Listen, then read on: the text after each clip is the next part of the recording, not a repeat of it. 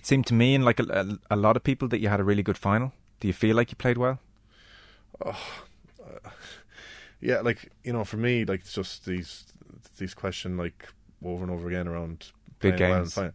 Like, to be honest with you, like, I think I've said this before, like, you know, I look back in the final, like, I've looked back on other finals, and, like, you know, I know, like, I've done what was asked of me in terms of the team, and, like, you know, we win that game by final, or win that final by a point, and it's everybody views things differently. So it's not something I get too caught up in. Like, I don't go. It doesn't make me sleep any easier. Oh, did I play a really good game in the final? It doesn't really make it any easier whether we won or lost. You know. That said, you'd sleep badly if you had a stinker. It would bother you a lot. Well, if I had a stinker and we won the All Ireland, I'd have no problem with that whatsoever. Okay. To be honest with you, so you know, it's kind of irrelevant, really. Yeah.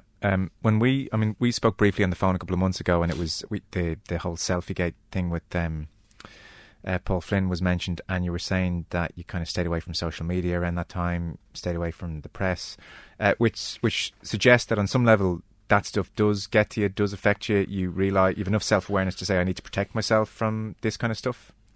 Yeah, I think so. I think, like, I just thought it became a bit of a free-for-all, to be honest, and everywhere I turned, and it probably affected at home as well. Like, you know, my family were very aware of it, and when I see them being aware of it, more than anything else, you know, it's important to protect myself outside of football in general. I think, you know, you know, football's a game of football at the end of the day, you know, and I've got a life to live, and you know, I've got a job and stuff like that, and it just became a bit of a circus, and I was like, this is just kind of a joke, so I needed to just cut everything, and you know, I don't think that being on social media affects the way I play football, but I don't need to turn on my phone and see this kind of somebody retweeting some stupid story that should never have got traction in the first place.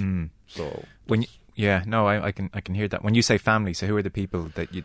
Oh, well, like I said, I live at home, like, so you right. know, like you know, my family are very aware of these things that happen. Like, for example, like the Mullingar thing, you know, would. Like, I was up in the physio, and I'm seeing a picture of my dad on the wall because he won 2 county championships in Mullingar. So, like, my dad has a lot of connections. I was born in Mullingar. I've met kids that have come to Mayo from Mullingar Shamrocks, and those kids were on that pitch that day. You know, so, like, you know, I have a standing in terms of making sure that when somebody like that, family, friends, kids, wants a picture, you know, like, I think that I'm obliged, whether it's a family friend or not, is irrelevant. I think I'm obliged to give my time. And does your dad get angry about this kind of stuff and the criticism of you? Does he take notice of it? Dad no, Dad doesn't go high or low, whether we win, lose or draw. He's fairly solid. Mam's probably a little bit more, gets a bit more agitated about them, but we've throughout the years we've got her to understand that these things are part of the course and not to react. Mrs. O'Shea banned from social media is the solution there.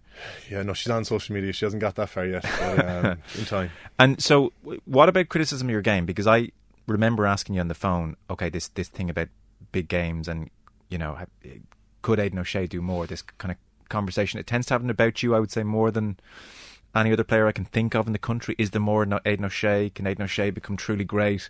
This kind of stuff, you know. I presume, one, you're aware of it, and does that bother you? You're aware of it? I'm aware of it, yeah. I'm aware of it, yeah. Like, I suppose... It's hard to avoid. Yeah, it's hard to avoid. I'm aware of it. Like, I don't know, I think I've been pretty darn consistent for the last 9 years playing for Mayo. I've won All-Star full forward, 11 in midfield, like, which I'm pretty content about. To have won it in 3 different positions, I think that's pretty good going. You know, and I don't think I'd be where done what I've done in the game if I haven't produced in big games. And, like, I look back in big games and I know I've played well, so it's not. So is that when you hear that noise, is that what you kind of tell yourself? You have that, I guess, process almost. Yeah, like, I think so. Like, yeah, of course. Like, I'd be lying to say that there hasn't been times where I've gone into a big game and something like that hasn't hit off in my head. Like, you know, I'm sure there's been times where I'm kind of like, yeah, you know, people are saying I haven't performed this game or whatever, and, like, in a big game, and yeah, of course it's affected me, but you've got to be mentally strong and try and just not block it out. But sometimes I just want to say, like, fuck you, like, whatever, you know. I want to just kind of prove people wrong, but in my own head, for the most part, I'm kind of like, I know, like, I've played well. I know I've played well in big games, and you know, if I wasn't, I wouldn't be playing for me. We've got enough players that I could be replaced easily if that's the case.